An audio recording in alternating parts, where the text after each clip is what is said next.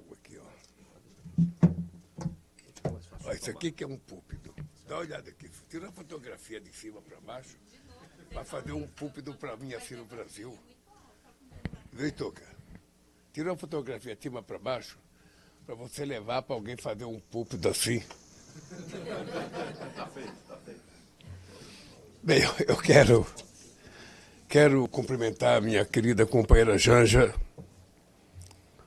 meus queridos companheiros ministros e ministras, Ricardo Lewandowski, ministro da Justiça e da Segurança Pública, ministro Camilo Santana da Educação, ministra Marina Silva do Meio Ambiente e Mudança do Clima, Jader Filho, ministro das Cidades, Márcia Lopes, ministra das Mulheres.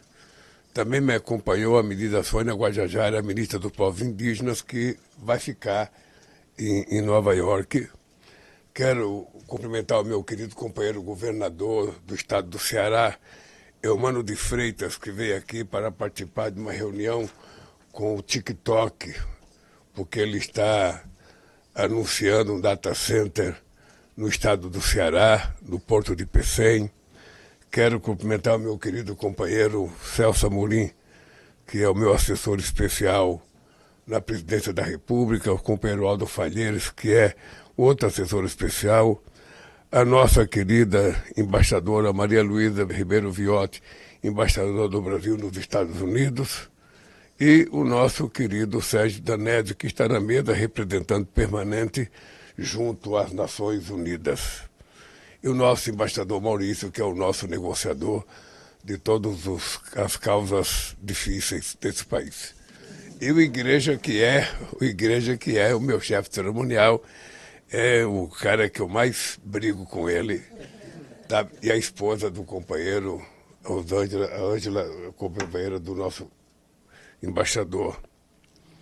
Bem, a minha companheira Janja é a primeira, eu não sei quantas vezes as mulheres viajaram com o marido para ser só o papel de primeira-dama. A Janja veio para cá para fazer uma agenda, acho que mais intensa que a minha. Ela veio antes de mim, ela participou de uma reunião Despertar das Mulheres, foi o almoço, com a vice-secretária-geral das Nações Unidas. Depois ela teve uma reunião das enviadas especiais com os grupos de mulheres afrodescendentes e direitos humanos sobre a COP30. Depois ela teve um jantar para os enviados especiais da COP30.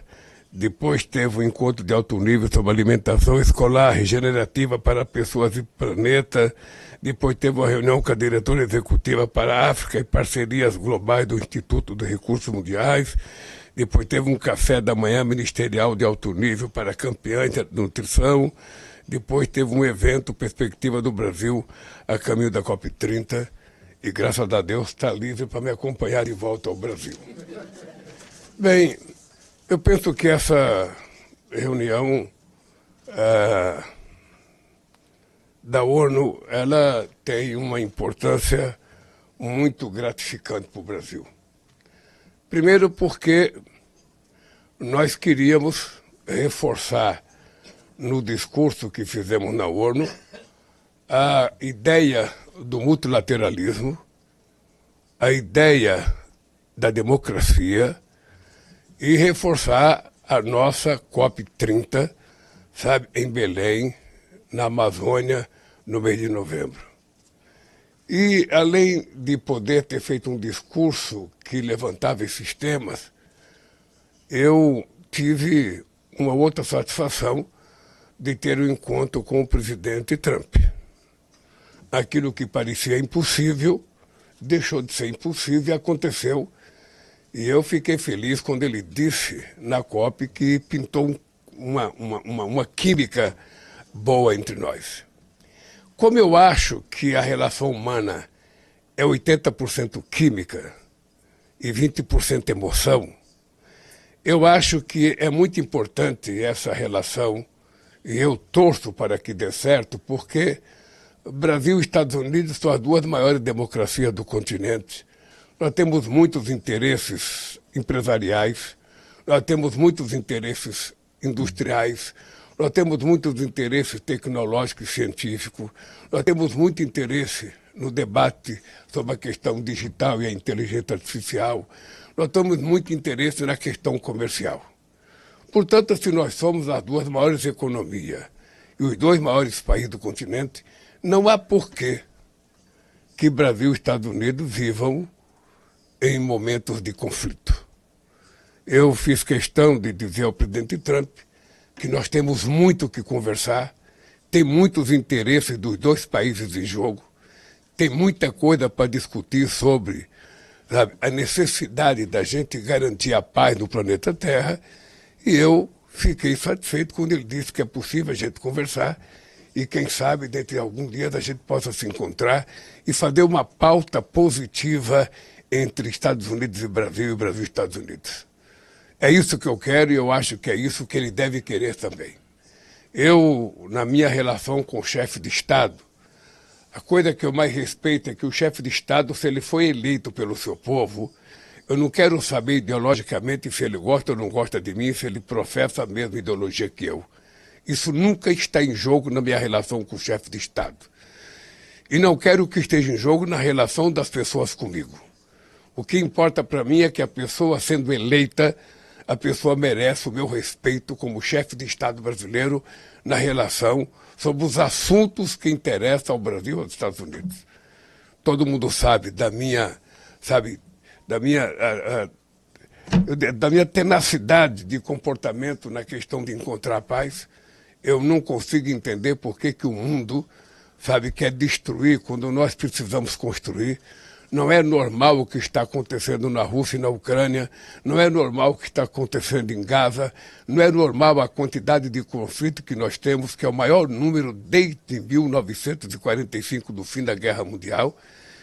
Não é normal a quantidade de países que estão gastando trilhões de dólares em armamento, quando nós precisaríamos gastar trilhões de dólares para acabar com a fome no mundo, que são 670 milhões de seres humanos passando fome. Não é normal a quantidade da desigualdade que ainda existe no planeta, desigualdade de gênero, desigualdade de raça, desigualdade de comida, desigualdade de oportunidade. E cabe a gente utilizar os recursos que nós conseguimos produzir em cada economia para que a gente possa diminuir essa desigualdade e fazer do planeta Terra um habitat normal, para todos os seres humanos e não apenas para alguns privilegiados que detêm muitos recursos. Eu acho que é essa coisa que nós vamos discutir daqui para frente. É isso que eu estou imbuído com o desejo de discutir. Eu estou muito feliz, porque a gente tinha acabado com a fome no Brasil em 2014. Quando eu votei agora em 2023, a gente tinha 33 milhões de pessoas outra vez passando fome, e nós acabamos com a fome outra vez em 2 anos e meio. E essa coisa é uma demonstração que, se todos os governantes do mundo colocarem o pobre dentro do orçamento, a gente acaba com a pobreza muito rapidamente. Porque além de 670 milhões de pessoas passando fome, segundo a FAO, nós ainda temos 2 bilhões e 300 milhões de seres humanos com insuficiência alimentar. Não é crível uma coisa dessa. Num mundo que produz alimento suficiente para todo mundo. O problema é que as pessoas não têm recursos para ter acesso aos alimentos. E aí, quando você vê as pessoas gastarem trilhões em armas, trilhões em guerras, a gente não tem explicação do comportamento dos humanos em tratar a própria espécie humana. Então eu regresso para o Brasil muito feliz com as coisas que aconteceram aqui. Foi muito importante a construção, do fundo do TFFF, ou seja, o Fundo de Floresta Tropicais para Sempre, porque não é um fundo de doação, é um fundo de investimento. E quem fizer investimento vai ganhar dinheiro e uma parte desse dinheiro vai ser aplicado para que a gente mantenha a floresta em pé nos países que tenha. No caso do Brasil, é muito interessante porque além da gente ter a maior reserva florestal do mundo, a gente ainda tem 40 milhões de hectares de terras degradadas em que a gente pode florestá-la com o que a gente quiser. Uma demonstração de que o problema do clima depende pura e simplesmente da vontade política de cada governante E mais importante, da gente acreditar na ciência. Sabe, não é mais um presidente da República dizer eu acho, eu acredito. Não. A gente, quando está no cargo, a gente não acha e nem acredita. A gente assiste aquilo que fala a ciência e a gente cumpre, sabe, da melhor forma possível as coisas para a gente resolver esse problema. E já está provado que nós temos condições de manter a temperatura do planeta abaixo de 1,5 graus. Já está provado. É só vontade. É só vontade. E, ao mesmo tempo, nós temos que utilizar os combustíveis fósseis, mas tendo ele como a expectativa de que a gente vai ter que utilizar esse dinheiro para ir investindo, sabe, no fim do combustível fóssil, para que a gente possa fazer a transição energética mais competitiva e que seja resolutiva para dar garantia energética à humanidade. Eu acho que isso vai acontecer em Belém. Eu tenho dito que em Belém a gente vai fazer a COP da verdade. Porque se a gente não fizer a COP da verdade, a humanidade vai perder a crença nessas reuniões de chefes de Estado. Então tem G7, então tem G20, então tem BRICS, então tem COP, então tem um monte de coisa, um monte de coisa, um monte de coisa, um monte de coisa. Se discute muita coisa e não se aplica as coisas que se discutiram. Então não está porque a humanidade continuar acreditando. Então essa COP, eu tenho dito que será a COP da verdade, porque nós vamos ter que colocar alguns cientistas para falarem aos chefes de Estado. É muito importante que o presidente Lula, eu convidei o presidente Trump para ir na COP, se ele estiver lá é muito importante que ele, é muito importante que o presidente Macron, é muito importante que o primeiro-ministro Modi, é muito importante que todos que compareçam lá ouçam os cientistas dizerem o que está acontecendo no mundo, para facilitar a nossa tomada de decisões. Todos vocês sabem que eu também defendo uma governança mundial mais forte. É por isso que nós temos brigado há muito tempo para que a ONU seja reformulada desde o seu estatuto até a sua composição, com todos os membros, permanentes ou não, porque ela está mal representada. A fotografia de 2025 do mundo não é mais da fotografia de 45. Os países evoluíram, a humanidade evoluiu. Então é preciso ter mais países, é preciso acabar com o direito de veto na ONU, acabar com o direito de veto, e é preciso que, sobretudo na questão do clima, quando a gente tomar posição, que tiver uma votação, é preciso que todos cumpram.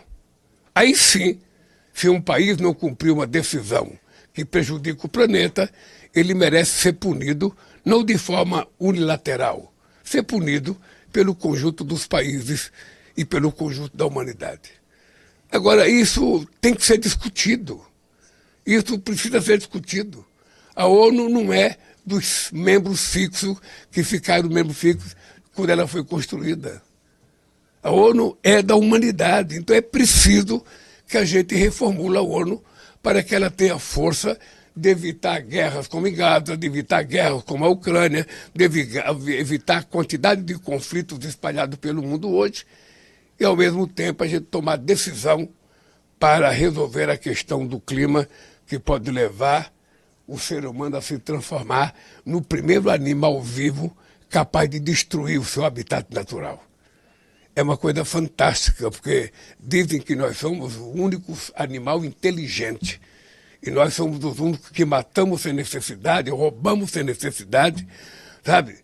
E, ao mesmo tempo, destruímos o lar que a gente vive. É esse desafio que está colocado na COP30, por isso ela está sendo feita na Amazônia. Tem muita gente que dá palpite sobre a Amazônia. Tem muita gente que fala da Amazônia sem conhecer a Amazônia. E é preciso as pessoas saberem que na Amazônia da América do Sul moram mais de 50 milhões de pessoas. E essas pessoas moram, sabe, nas cidades com vários problemas e que, portanto, nós temos que cuidar disso. É esse desafio que está colocado para nós. É esse desafio que nós viemos colocar aqui no debate que nós fizemos sobre tanto o Fundo de Florestas Tropicais para Sempre, quanto na discussão das ANDCs. A reunião não terminou ainda, mas eu acho que os países estão apresentando NDCs bastante vigorosas e razoáveis. E eu acho que isso vai ser muito importante porque é a primeira demonstração de seriedade com a questão do clima, é as NDCs serem fortes. O Brasil apresentou de 59% a 67%, é uma proposta forte do Brasil, e a gente apresentou em todas as áreas econômicas, e a gente ainda vai cumprir um compromisso nosso, não é um compromisso com ninguém, é um compromisso de nós com nós mesmos, sabe? Eu diria, no linguajar caipira, de nós conosco, sabe? Nós assumimos o compromisso de até 2030 a gente chegar ao desmatamento zero na Amazônia. E, portanto, como ninguém pediu para a gente propor e a gente propôs, nós temos responsabilidade de cumprir. Bem, então eu volto agora para o Brasil, satisfeito com a nossa reunião, otimista com a possibilidade de Brasil e Estados Unidos fazer uma reunião, sabe, o mais rápido possível e acabar com o mal-estar que existe hoje na relação Brasil-Estados Unidos. É isso que eu queria falar para vocês e deixar um pouco para vocês fazerem pergunta, porque se eu for falar tudo, depois não precisava responder pergunta ou ir embora. Mas eu vou deixar vocês fazerem alguns questionamentos, porque é justo, nessa liberdade de imprensa que tanto nós defendemos, que a imprensa possa fazer as perguntas sem veto. Sem veto.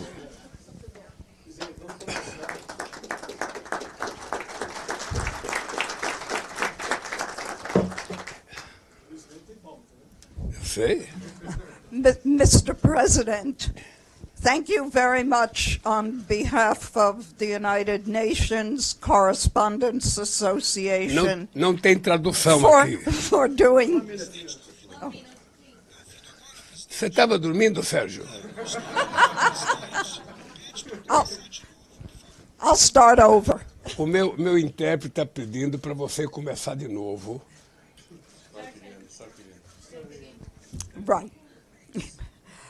Mr. President, thank you very much on behalf of the United Nations Correspondents Association for doing this briefing.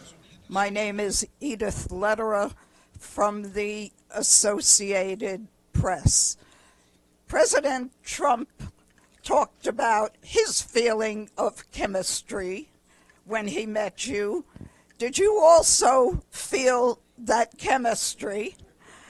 And what would you hope would be the results of your meeting with President Trump, which we understand might even be as soon as next week? Thank you. Olha, o povo brasileiro tem muita expectativa numa boa relação entre Estados Unidos e Brasil. E eu acho que o povo americano também tem. É importante, Dito, você ter conhecimento. Eu tenho uma relação muito antiga e muito forte com o movimento sindical americano, há muitos anos. E eu acho que é muito importante que a gente esteja bem, porque nós precisamos de emprego, nós precisamos de melhor salário, nós precisamos de mais investimento, tanto do Brasil nos Estados Unidos quanto dos Estados Unidos no Brasil. E o que eu espero? Eu espero que numa conversa entre dois chefes de Estado, nós coloquemos na mesa quais são os nossos problemas, quais são as nossas diferenças e começamos a tomar decisões. Eu estou convencido que algumas decisões tomadas pelo presidente Trump se deveu ao fato da qualidade de informações que ele tinha com relação ao Brasil. Na hora que ele tiver as informações corretas, eu acho que ele pode mudar de posição tranquilamente, da mesma forma que o Brasil pode mudar de posição. Sabe, eu acho que é isso que acontece. O que aconteceu com o meu encontro com o Trump é que nós nunca tínhamos nos encontrado. E nos encontramos por acaso. Naquela mesma sala eu já encontrei com o Bush, eu já encontrei com o Obama, eu já encontrei com o Biden.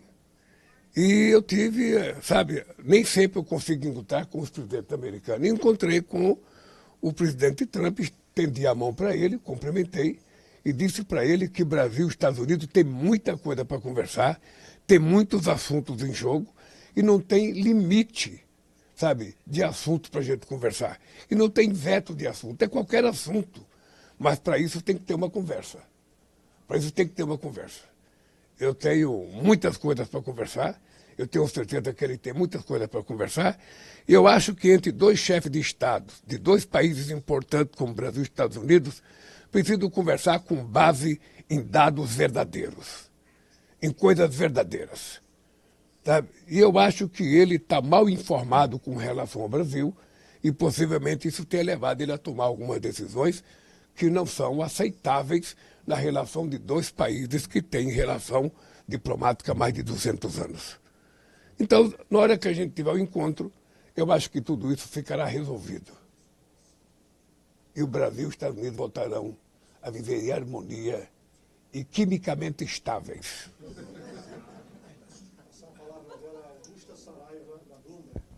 Boa tarde, presidente. Augusta Saraiva, da Bloomberg. Presidente, ainda sobre o presidente Trump, eu queria saber se o senhor podia nos dar um pouco mais de detalhes sobre o que o Brasil espera levar à mesa e se o senhor vê espaço para redução de tarifas já depois desse primeiro encontro. E se ele poderia ser presencial e quem participaria. Obrigada. É que seria precipitado da minha parte dizer o que eu vou negociar antes de começar a negociar. Aí seria você vetar até possibilidade de conversa. Veja, nós temos que sentar, colocar na mesa todos os problemas que ele tem com relação ao Brasil, o problema que eu tenho com relação aos Estados Unidos, e a partir daí a gente começa a discutir. Veja, o que não é discutível é a soberania brasileira. E a nossa democracia, isso não é discutível. Nem com o presidente Trump, nem com nenhum presidente do mundo. Isso é uma soberania brasileira que a gente não abre mão. Eu acho que ele tem informações equivocadas sobre o Brasil. E eu quero colocar para ele claramente, sabe, de acordo com os interesses dele querer saber, eu vou falar o que está acontecendo no Brasil.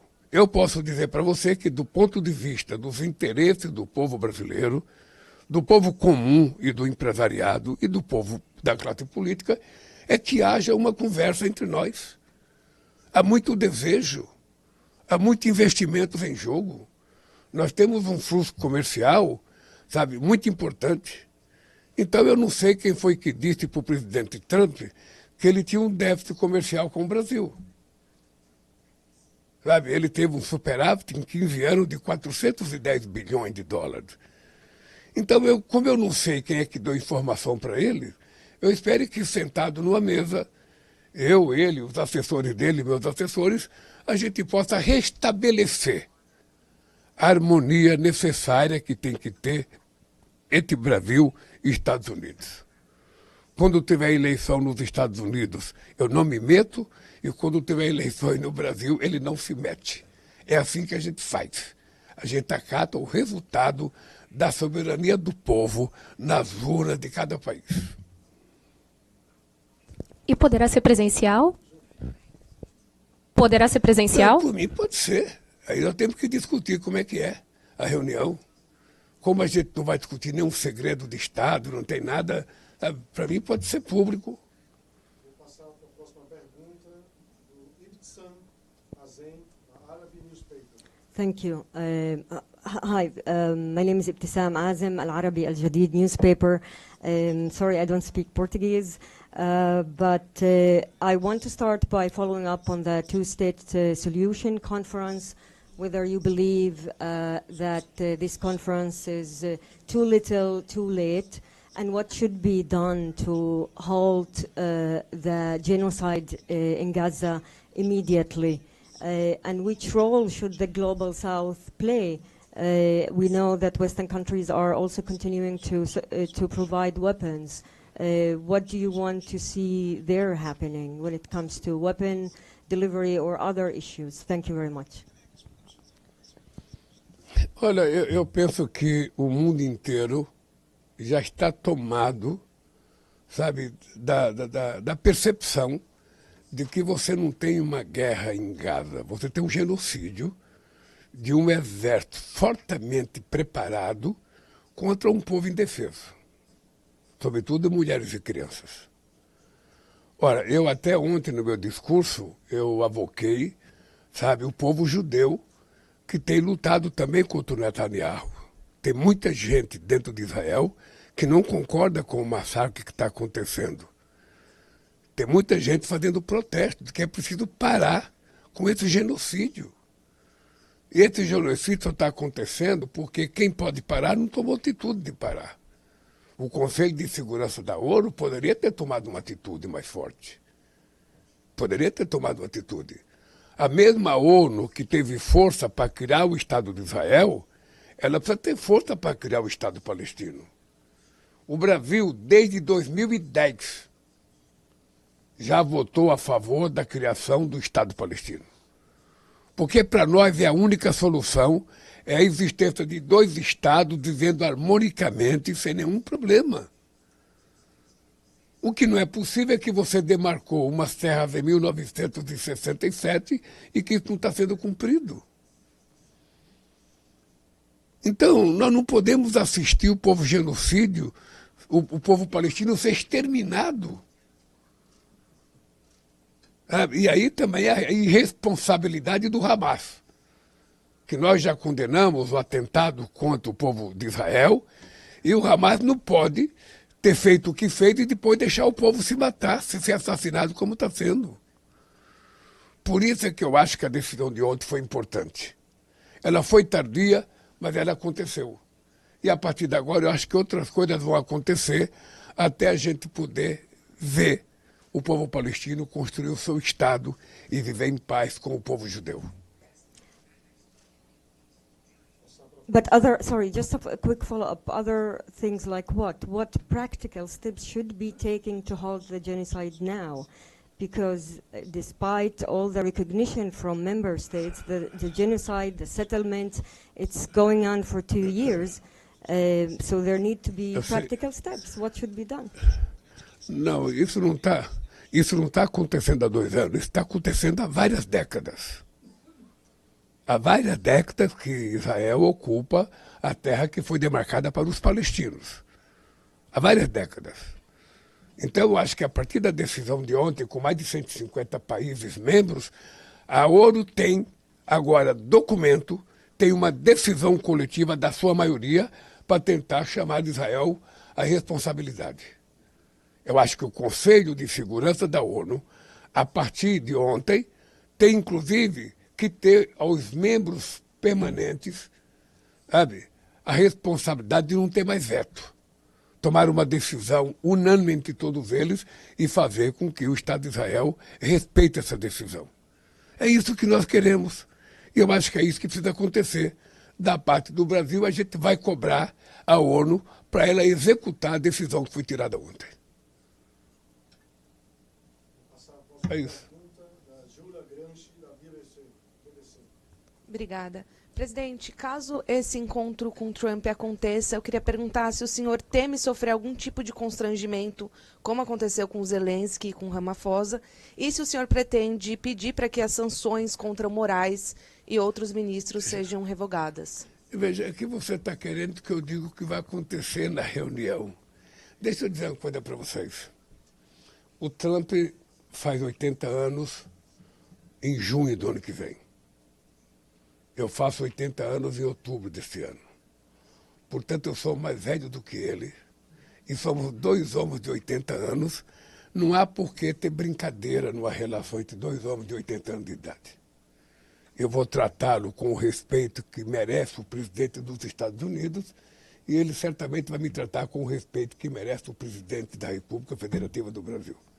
É assim que vai acontecer a reunião. 2 homens, sabe, com 80 anos, 2 homens que se sentem muito jovens. Ele ontem falou que se não fosse o preparo físico dele, ele teria caído da escada rolante. E eu todo dia me preparo fisicamente. Eu digo todo dia, eu vou fazer 80 anos, mas estou com a saúde e a força física de 30. Tá? Então, eu acho que nós vamos conversar como 2 seres humanos civilizados. Não existe espaço para brincadeira, o que existe é espaço e necessidade de conversar seriamente sobre os conflitos. E, obviamente, que eu vou colocar na mesa os problemas da ótica do Brasil e ele vai colocar da ótica dos Estados Unidos. Uma conversa começa assim. Depois, nessa conversa, vamos ver o que é que vai acontecer. Eu estou muito otimista porque eu acredito muito na relação humana. Eu não sei quantos políticos no mundo acreditam na relação humana como eu acredito. Eu acho que tudo pode ser resolvido quando duas pessoas conversam. Eu acredito muito no poder de convencimento das palavras. E como eu sou muito verdadeiro, sabe? Eu quero que ele saiba do Brasil aquilo que é verdadeiramente do Brasil. Eu quero que ele me diga qual é as informações que ele recebeu do Brasil. Eu quero saber qual é o problema com relação ao Brasil. Sabe? Se o Trump está preocupado com o trabalho do povo americano, é um direito dele. E é justo que ele esteja preocupado. Se ele acha que é preciso taxar um ou outro produto porque é preciso evitar, sabe, muitos produtos estrangeiros nos Estados Unidos, é um direito dele. Eu, de vez em quando, faço isso no Brasil. Agora, o que eu quero é que a gente debata isso, sabe, numa coisa chamada Organização Mundial do Comércio, para que a gente possa fortalecer o multilateralismo. O multilateralismo é que permitiu que o mundo ficasse em harmonia desde o fim da Segunda Guerra Mundial. Então, nós temos muita coisa para conversar. Muita coisa. E eu acredito muito no poder da palavra. E, portanto, eu tenho interesse nessa conversa. E espero que ela aconteça logo. Vamos à próxima, Elaine Reyes, da CGTN. Thank you. Elaine Reyes with CGTN America. President Lula, I'd like to get your thoughts on the commitments made here at the UN Climate Summit in New York. We just heard that Chinese President Xi Jinping announced several firm commitments, including a hard target to cut carbon emissions by 7 to 10% by 2035 and an increase capacity of wind and solar power to more than 6 times over 2020 levels. I'd like to get your reaction to China's pledges. And then I'd also like to know about the details from the Tropical Forest Forever facility where they solved with the World Bank. And do you expect more pledges from it? Obrigada. Veja, primeiro eu vou começar pelo fundo. Eu espero que esse fundo seja uma coisa de muito sucesso. Porque não é um fundo em que as pessoas vão ter que fazer doação. As pessoas vão fazer investimento e vão ganhar dinheiro pelo investimento que fizerem. E uma parte desse investimento é que vai para que a gente possa criar o fundo. É uma inovação extraordinária, que teve o apoio de muita gente, a coordenação do Banco Mundial, se não me falha a memória. E eu espero, se o Brasil anunciou $1 bilhão, eu fico imaginando quanto que os Estados Unidos podem apresentar, sabe, nesse fundo de investimento. Então, por isso é que eu estou muito otimista com relação ao fundo e estou muito otimista com relação à participação dos Estados Unidos nessa questão climática. Sabe, estou muito. Os Estados Unidos sabem, as pessoas sabem de que a questão climática não é brincadeira, de que o mundo está passando muita necessidade. E eu fiquei feliz com o anúncio do presidente Xi Jinping. Fiquei muito feliz porque a China é um país muito grande. Em 2009, quando eu participei da COP em Copenhague, o mundo desenvolvido queria jogar a responsabilidade da poluição do planeta em cima da China. E o Brasil e a África tomaram a atitude de dizer que a gente não ia aceitar que a China fosse punida, porque tem uma dívida histórica dos países industrializados com a emissão de gás de efeito estufa e que ele tem, portanto, um contencioso de dívida com o mundo e precisa pagar, ao invés de querer culpar só a China. E a verdade é que nos últimos anos a China avançou muito na sua transição energética, na diminuição da emissão de carbono. E precisa evoluir mais ainda. E eu fiquei feliz porque o Xi Jinping, além de anunciar um montante, sabe, importante, ele ainda disse que é possível avançar mais. Então eu estou otimista que nós vamos chegar na COP30 com todos os países tratando com muita seriedade. Sabe? E eu, sinceramente, eu gostaria de discutir com o chefe de Estado Eu gostaria de ver os argumentos das pessoas que são contra. Sabe por que as pessoas não acreditam? Porque é assim que a gente convence as pessoas. E a COP30 vai ser um pouco isso. Eu espero que participe todos os chefes de Estado. Eu adoraria que o Xi Jinping participasse, que o Trump participasse, que, sabe, o primeiro-ministro Modi participasse. Eu gostaria que todo mundo participasse. Porque é a hora da verdade. Em se tratando de clima, é a hora da gente dizer se a gente quer continuar sendo respeitado pelo mundo que nós representamos ou se a gente vai brincar com o clima. É isso que vai acontecer, por isso que eu estou muito otimista. Eu saio daqui com a certeza de que tem muita gente levando a sério essa questão do clima. Por isso que eu fiz uma carta ao presidente Trump, convocando ele, fiz uma carta ao presidente Xi Jinping, fiz uma carta a todos os países ligados à ONU para comparecer no Brasil. Todos serão tratados com muito respeito. A culinária na Amazônia, no estado do Pará, é a melhor do mundo. Não tem lugar para se comer melhor do que na Amazônia. Você vai comer o melhor peixe do mundo, a melhor muqueca do mundo. Ou seja, então, é verdade, o Pará possivelmente seja a culinária mais rica do Brasil. A mega diversidade de pratos no Pará, além de que você pode tomar açaí à vontade, ficar bem forte, bem saudável, sabe? Então, é muito importante. Sinceramente, eu acho que eu vou reiterar a minha carta para todos os presidentes outra vez. Sabe? Porque eu acho que é tão importante essa COP, é tão importante que eu acho que os BRICS inteiros deveriam participar, o G20 inteiro deveria participar, o G7 inteiro deveria participar, sabe? Para que a gente pudesse, enquanto chefe de Estado, sabe, passar um pouco de serenidade e seriedade para a humanidade que nós pensamos que representamos. Então eu saio daqui crente de que as coisas vão acontecer. Saio muito otimista. Vamos para a última pergunta, Nilson Clava, da TV Globo. Presidente, boa tarde. Nilson Clava, da TV Globo. Queria fazer, na verdade, duas perguntas. Uma é, Nilson, Fala um pouquinho mais alto, querido. Agora sim. Boa tarde, desculpa. Nilson Clava, repórter da TV Globo. Queria ouvi-lo, presidente, sobre duas questões. Uma, o senhor foi surpreendido com a fala de Donald Trump ou o governo brasileiro já tinha recebido algum sinal, algum gesto por parte da diplomacia ou do governo americano de que eles estariam dispostos ao diálogo, teriam mudado de posição? E segunda questão, o senhor disse que o Brasil não está disposto a negociar, soberania e democracia. Minha pergunta é o que o Brasil estaria disposto a negociar, por exemplo, a questão dos minerais críticos de terras raras. Esse é um ponto que pode estar na mesa de negociação? Deixa eu te contar.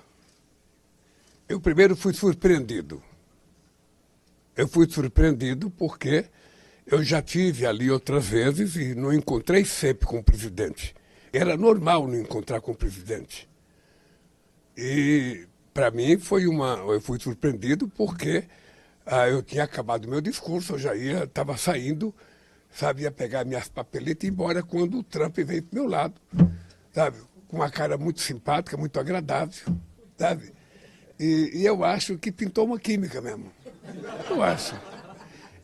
Então, veja, eu acho que foi uma surpresa boa e eu acho que a gente deve continuar.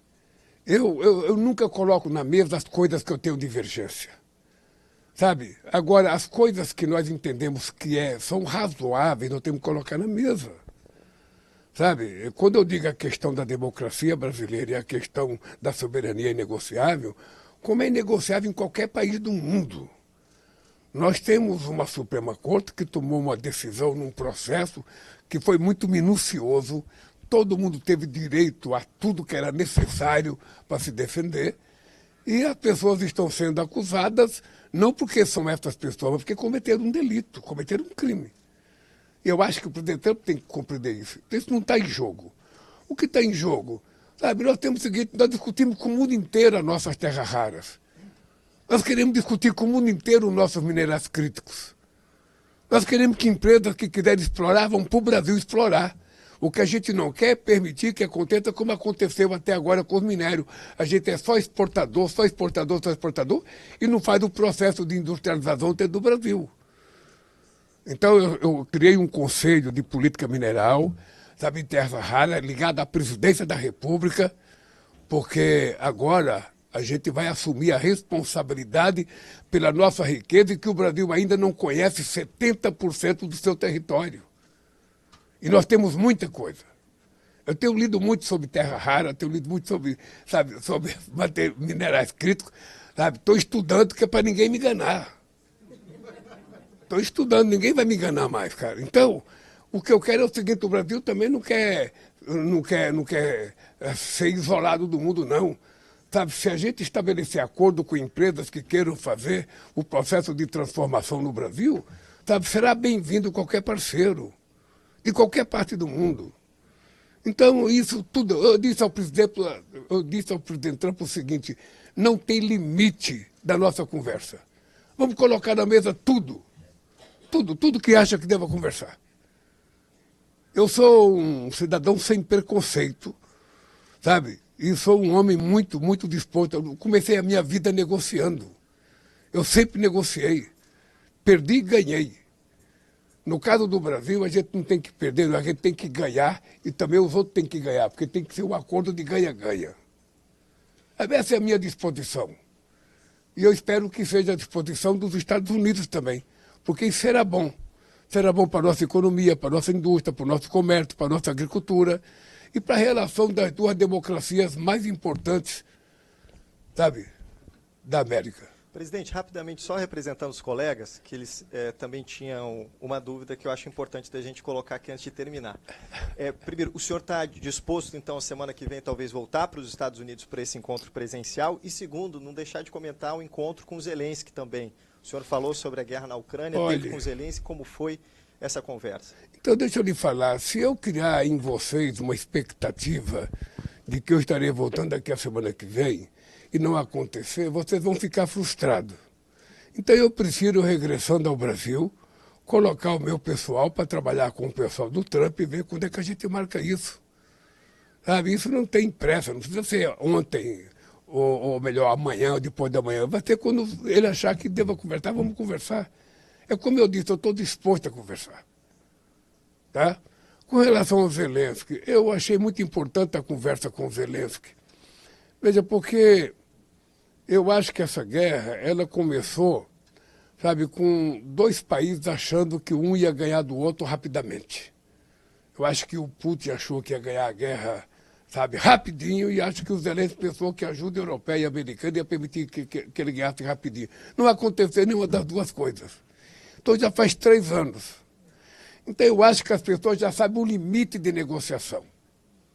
Ninguém tem coragem de falar ainda, mas acho que todos eles já têm o limite de negociação. Eu tinha feito uma proposta baseada no documento assinado pelo Brasil e pela China, na criação de grupo de amigos, que o secretário-geral das Nações Unidas devesse juntar um grupo de países que quisesse construir a paz, que fosse a Moscou conversar com o Putin, que fosse a Kiev conversar com o Zelensky e construísse uma proposta para fazê-la publicamente. Sabe? O secretário-geral da ONU me disse que não tinha autorização para fazer isso. Mas essa proposta continua em pé e eu falei para o Zelensky hoje. Sabe? Eu hoje senti o Zelensky com muito mais vontade de conversar do que em outras reuniões. Que eu acho que é a mesma coisa do Putin. O que eu acho é que possivelmente os dois ainda não estejam preparados para dizer, sabe, o que eu abro mão, o que eu não abro mão. Por isso que era importante que a ONU assumisse um papel relevante. Eu, na verdade, o que eu gostaria era que a ONU voltasse a ter protagonismo e ela fosse o porta-voz de todos os países filiados à ONU nessa negociação. A mesma coisa vale para Gaza. Sabe, se você não tiver um interlocutor, sabe, as coisas não funcionam. Então, o que eu disse para o Zelensky é que eu vou me esforçar, conversar com quem eu puder conversar, para ver se a gente consegue. Inclusive, vou conversar com o Trump sobre a questão da guerra. Eu sei que ele é amigo do Putin, eu também sou amigo do Putin. Então, Se um amigo pode muita coisa, 2 amigos podem muito mais. Quem sabe a nossa química pode ser levada para o Putin e para os Zelensky, quem sabe a gente construa aquela saída que parece inesperada. Eu acho que pode ter surpresa no mundo. Então é isso, eu estou muito otimista que as coisas podem começar a mudar. Eu, naquilo que eu puder ajudar, eu disse ao presidente Zelensky que eu vou tentar ajudar. Se eu preciso conversar com qualquer pessoa, eu vou conversar. É importante lembrar que eu fui a Moscou, sabe? Eu estava em Pequim, fui a Moscou conversar com o Putin para que ele fosse a Istambul, sabe, para conversar. Ele não foi, sabe? Mas eu acho que em algum momento ele vai ter que sentar, porque essa guerra, eu acho que já cansou todos nós, e já cansou a Rússia, e já cansou a Ucrânia. Presidente, a PEC da blindagem, hoje o presidente Davi Alcolumbre arquivou a PEC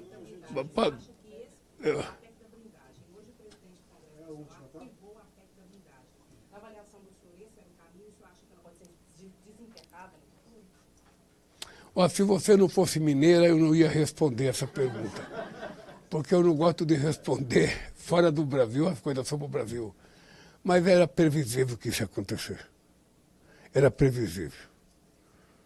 O que eu acho equívoco, histórico, foi colocar aquela PEC em votação. Desnecessária, provocativa, e passou um sinal péssimo para a sociedade brasileira. Ora, o único jeito das pessoas serem protegidas é as pessoas não fazerem coisa errada. Você não pode querer uma proteção que a sociedade não tem. Por que você quer essa proteção? Você está com medo do quê? Então é isso. Eu acho que aconteceu com essa PEC o destino que ela merece. Desaparecer, porque foi uma vergonha nacional. Tá? Gente, muito obrigado a vocês.